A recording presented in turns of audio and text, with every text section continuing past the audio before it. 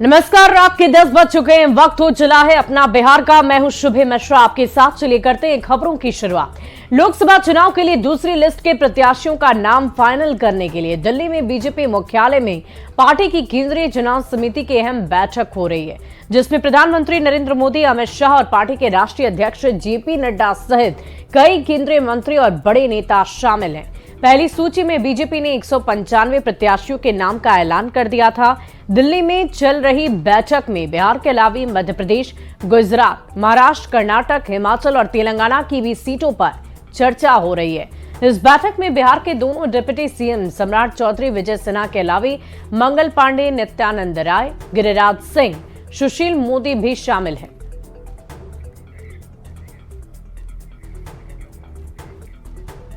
इस पूरी खबर की अधिक जानकारी के साथ दिल्ली से संवाददाता विनीत हमारे साथ फोन लाइन पर हैं।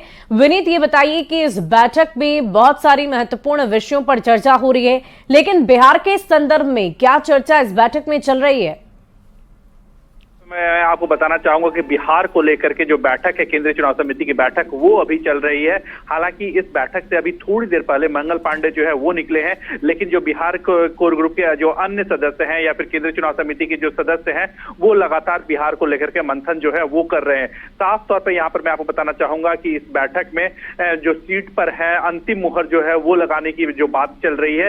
अब इस प्रधानमंत्री नरेंद्र मोदी इस बैठक में मौजूद है और इस पर जो उम्मीदवारों के नामों पर अंतिम मोहर जो है वही केंद्रीय चुनाव समिति की बैठक में लगाई जाएगी। एक और बड़ी बात यहां पर मैं आपको बताना चाहूंगा कि जिस तरह से लगातार हमारे लोगों से बात हो रही है, सूत्रों से हमें जो जानकारी मिल रही है, उसके अनुसार अगले 1 से 2 दिन में जो उम्मीदवारों के नामों की घोषणा जो है वो भी बीजेपी कर सकती है। तो अब हम यह कह सकते हैं कि बिहार से बीजेपी के जो उम्मीदवार होंगे उनके जो नाम है अगले 1 से 2 दिन में पूरी तरह से बीजेपी जो है वो घोषित कर देगी। लेकिन उससे पहले जो है यहाँ पर मंथन जो है लगातार चल रहा है। बिहार को लेकर के, बिहार की सीटों को लेकर के बीजेपी के केंद्रीय चुनाव समिति की बैठक चल रही है, जिसमें प्रधानमंत्री नरेंद्र मोदी भी मौजूद है और साथ ही साथ बिहार कोर ग्रुप के जो मेंबर हैं वो भी मौजूद है। मैं आपको बताना चाहूंगा कि इससे पहले जो है जो दिल्ली राष्ट्रीय जो बीजेपी राष्ट्रीय मुख्यालय है वहां पर महाराष्ट्र को लेकर के चर्चा हुई। इसके बाद जो है हिमाचल को लेकर के चर्चा हुई, कर्नाटक को लेकर के चर्चा हुई और अब जो है चर्चा जो है हो रही है वो बिहार की सीटों को लेकर के चर्चा हो रही है। जी विनीत, क्या ये जानकारी है आपके पास कि बिहार में कैबिनेट विस्तार के संदर्भ में भी किसी तरह की कोई चर्चा की गई है अब तक? जी, अगर हम केंद्रीय चुनाव समिति में की बात करें तो यहाँ पर सिर्फ और सिर्फ जो है वो जो है वो चर्चा जो है वो लोकसभा चुनाव के उम्मीदवारों के नामों को लेकर के हुई है। लेकिन निश्चित तौर पर यहाँ पर अगर हम बात करें तो यहाँ पर बिहार के जो वरिष्ठ नेता हैं वो भी मौजूद थे। इसके साथ ही साथ बीजेपी के जो वरिष्ठ नेता है, केंद्रीय नेतृत्व है, वो भी मौजूद है। तो निश्चित तौर पर यहाँ पर भी एक कैबिनेट विस्तार को लेकर के भी जो पार्टी का जो रुख है या पार्टी जो अपनी बात रखना चाहती है उसको लेकर के भी निश्चित तौर पर यहां पर चर्चा हुई होगी। लेकिन हालांकि जो केंद्रीय चुनाव समिति की बैठक है वहां पर उम्मीदवारों के नामों को लेकर के ही चर्चा हुई। लेकिन जिस तरह से हम लगातार देख रहे हैं कि बिहार बीजेपी के जो वरिष्ठ नेता है, शीर्ष नेतृत्व है, दोनों डिप्टी सीएम मौजूद हैं। इसके साथ ही साथ मंगल पांडे मौजूद हैं, गिरिराज सिंह मौजूद है, सुशील मोदी मौजूद है। उन्होंने उनके साथ जो है अनौपचारिक तौर पर निश्चित तौर पर यहाँ पर कैबिनेट विस्तार को लेकर के भी चर्चा हुई होगी। जी बहुत बहुत शुक्रिया विनीत हमारे साथ जुड़ने के लिए। इस पूरी खबर पर आप भी लगातार नजर बनाए रखें। और देश भर में सीएए लागू होते ही सियासत गर्मा गई है। बीजेपी विरोधी कई दलों के नेताओं ने सीएए का विरोध किया तो सत्ताधारी दलों के नेता केंद्र के इस फैसले का स्वागत कर रहे हैं और इसे नागरिकता देने वाला कानून बता रहे हैं। हालांकि विरोधी कांग्रेस के नेता कौकब कादरी ने भी सीएए कानून का स्वागत किया है और लोगों से अपील की है कि इसको लेकर जो भ्रम फैलाए जा रहे हैं उससे आम लोगों को नहीं सुनना पड़े, नहीं समझना पड़े, क्योंकि इस कानून से देश में किसी भी नागरिक की नागरिकता को कोई खतरा नहीं है। पार्टी जनता दल यूनाइटेड ने राज्यसभा में और लोकसभा में इसको सपोर्ट इसी बुनियाद पे किया था कि ये शहरियत देने का कानून है। जो लोग गलतफहमी पैदा करते हैं कि इसके जरिया किसी खास तबके की शहरियत खतरे में पड़ जाएगी और उनका सिटीजनशिप खतरे में पड़ जाएगा, बिल्कुल इसकी कोई हकीकत नहीं है। सीए लागू आज देश भर में हुआ है। इससे मैं समझता हूं कि अल्पसंख्यक समाज को किसी भी तरह से भयभीत होने की कोई आवश्यकता नहीं है। सीए कानून आपके नागरिकता देती है, ना कि नागरिकता लेती है। इसलिए किसी भी भ्रम में रहने की कोई आवश्यकता नहीं और भयभीत होने की कोई जरूरत नहीं। इस कानून के आने के बाद किसी भी एक भारतीय की नागरिकता नहीं जाएगी। पाकिस्तान, बांग्लादेश और अफगानिस्तान में धार्मिक आधार पर जो अल्पसंख्यक हैं, जिनको प्रताड़ित किया जाता था और जो भारत में आए शरणार्थी बनके 2014 से पहले, उनको भारत की नागरिकता देने के लिए यह कानून आया है। लेकिन विवादित मुद्दों को चुनाव के समय ये सीए कानून का नोटिफिकेशन करना ये बता रहा है कि इनके मनसा में, नियत में खोट है और ये सरकार अब जाने वाली है। जाने के समय ये अपने ताबूत में अंतिम कील ठोक रही है। देखिए, देश के किसी भी नागरिक या किसी भी नागरिक समूह का अधिकार प्रभावित नहीं होना चाहिए। उसके मूल अधिकारों पर कहीं चोट नहीं होनी चाहिए। उसकी आस्था, उसकी धार्मिकता, उसकी मान्यता पर कहीं शिकंजा नहीं होना चाहिए। तो हम किसी चीज़ का विरोध नहीं करेंगे, लेकिन नागरिक अधिकारों का हनन होता हमें कहीं दिखेगा तो हम निश्चित तौर पर विरोध करेंगे, चाहे वो कोई कानून आप लागू कर दीजिए। सीएए इस देश का कानून है। 2019 के हमारे चुनावी एजेंडे में था कि हम सीएए लागू करेंगे। जो धर्म के आधार पर प्रताड़ित दूसरे देशों के लोग हैं, उनको नागरिकता देने का यह कानून है और हम उनको नागरिकता देने का काम करेंगे। यह इस देश का कानून है और यह लागू हुआ। इसके लिए माननीय मोदी जी को, माननीय गृह मंत्री अमित शाह जी को बहुत बहुत बधाई। और बिहार विधान परिषद के लिए बीजेपी के तीनों प्रत्याशी, भाजपा के तीनों उम्मीदवारों ने अपना नामांकन दाखिल कर लिया। बिहार विधानसभा में तीनों उम्मीदवारों ने नामांकन किया, जिसमें उप मुख्यमंत्री सम्राट चौधरी सहित बहुत बड़ी संख्या में बीजेपी के नेता शामिल हुए। इस दौरान नई जिम्मेदारी मिलने पर तीनों उम्मीदवारों ने पार्टी का आभार व्यक्त किया है। कि भारतीय जनता पार्टी के कार्यकर्ता का भारतीय जनता पार्टी उसकी विचारधारा निर्माण करती है, तो हमारे व्यक्तित्व का निर्माण भारतीय जनता पार्टी की विचारधारा करती है और उस विचारधारा में अलग अलग तरह के दायित्व हमें मिलते हैं। पहले संगठन के दायित्व पे काम करती रही, अब इस दायित्व में हूँ, तो निसंदेह बहुत संवेदनशीलता और जिम्मेदारी के साथ इस दायित्व का निर्वहन मैं करूंगी। जब हम महिलाओं की बात करते हैं तो हम आदरणीय नरेंद्र मोदी जी के नेतृत्व में उस सनातन परंपरा की बात करते हैं। भारतीय जनता पार्टी सनातन की परंपरा को जीने वाला वो दल है जहाँ नारियों का सम्मान होता है। मैं आपके समक्ष एक उदाहरण हूँ, साधारण कार्यकर्ता या एमएलसी के तौर पर खड़ी हूँ। और जो महिलाओं की बात कर रहे हैं, जिनके महिला आरक्षण का मतलब परिवार को आगे बढ़ाना होता है, तो वो नारी और महिलाओं के विषय में बात करने के बिल्कुल भी हकदार नहीं है। हृदय से आभार व्यक्त करता हूं कि एक बार पुनः मुझे विधान परिषद में जाने का अवसर पार्टी ने दिया। इस समाज को तो सम्मान देने का काम किया है। आप कितने साल मैं हृदय से मैं उनका आभार प्रकट करता हूं। और मेरे जज मिलने से मेरे समाज के पान तांती के बीच एक नया संदेश दिया है। पूरे पान समाज, तांती समाज भारतीय जनता पार्टी को पहले से आकर्षित था और इस बार पूर्ण मुस्तैदी के साथ भारतीय जनता पार्टी के पक्ष में अपना वो काम करेगा।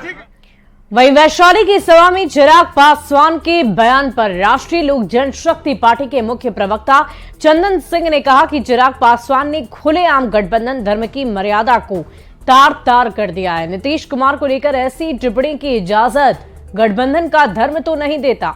चंदन सिंह ने कहा कि वो एनडीए के बड़े नेताओं से भी अपील करेंगे कि चिराग पासवान के ऐसे बयानों का संज्ञान लें और उचित कार्रवाई करें। चिराग पासवान जी, आप खुले तौर पर अपनी सभा में गठबंधन धर्म की धज्जियां उड़ा रहे हैं, मर्यादा तोड़ रहे हैं और बिहार एनडीए के नेता, बिहार के मुख्यमंत्री माननीय नीतीश कुमार जी के खिलाफ में आपने जो अभद्र टिप्पणी किया है, उससे गठबंधन को कोई फायदा होने नहीं जा रहा है। जनता ने तो आपको बहुत मौका दिया। कुशेश्वर स्थान और तारापुर में भूल गए, जमानत आपका जब्त हुआ। विधान परिषद की सीट लड़े, उस पर भी आपका जमानत हुआ। आप तो चले गए तेज प्रताप को राघोपुर से चुनाव जितवाने के लिए। आप 2020 को दोहराना चाहते हैं और 2020 को अगर आप दोहराने का अगर आपने ख्याल भी लाया तो राजनीति का आपका अंत इसी बिहार की धरती पर होगा। मैं एनडीए के बड़े नेताओं से आग्रह करूंगा कि चिराग पासवान को तुरंत अविलंब इस गठबंधन से बाहर निकालना चाहिए। एनडीए में रहकर कोई इंडिया गठबंधन के लिए अगर काम करेगा, उसको बिहार की जनता बर्दाश्त नहीं करेगी। और परिवहन विभाग की तरफ से जमुई में 2 ड्राइविंग केंद्र की शुरुआत कर दी गई है। मंत्री सुमित सिंह ने इसका उद्घाटन किया है। वहीं लोकसभा चुनाव की तैयारी पर बोलते हुए सुमित सिंह ने कहा कि सभी सीटों पर एनडीए की जीत होगी। चिराग पासवान के बारे में उन्होंने कहा कि उन्हें राजनीतिक अनुभव कम है, एनडीए के शीर्ष नेताओं पर भरोसा और विश्वास जरूर रखना चाहिए। एनडीए का स्टैंड तो क्लियर है, पूर्व से क्लियर है और सब कुछ एक तरह से तय माना जा रहा है। अब चिराग जी को अपना स्टैंड क्लियर करना है कि वो क्या करेंगे। बाकी सब तय है, जो उनको सीट शेयरिंग के आधार पे उनको भी जो सीटें दी जा रही थी उनमें बता दिया गया है। अब उनको देखना है कि उनकी संतुष्टि कितने में होती है और जो शीर्ष नेतृत्व है उन पर भरोसा रखना चाहिए, उन पर विश्वास रखना चाहिए कि वो क्या करते हैं, क्या फैसला लेते हैं। अभी उनकी उम्र उतनी नहीं है, उन्हें भी परिपक्व लोगों से सीखना चाहिए, अनुभवी लोगों से अनुभव लेना चाहिए।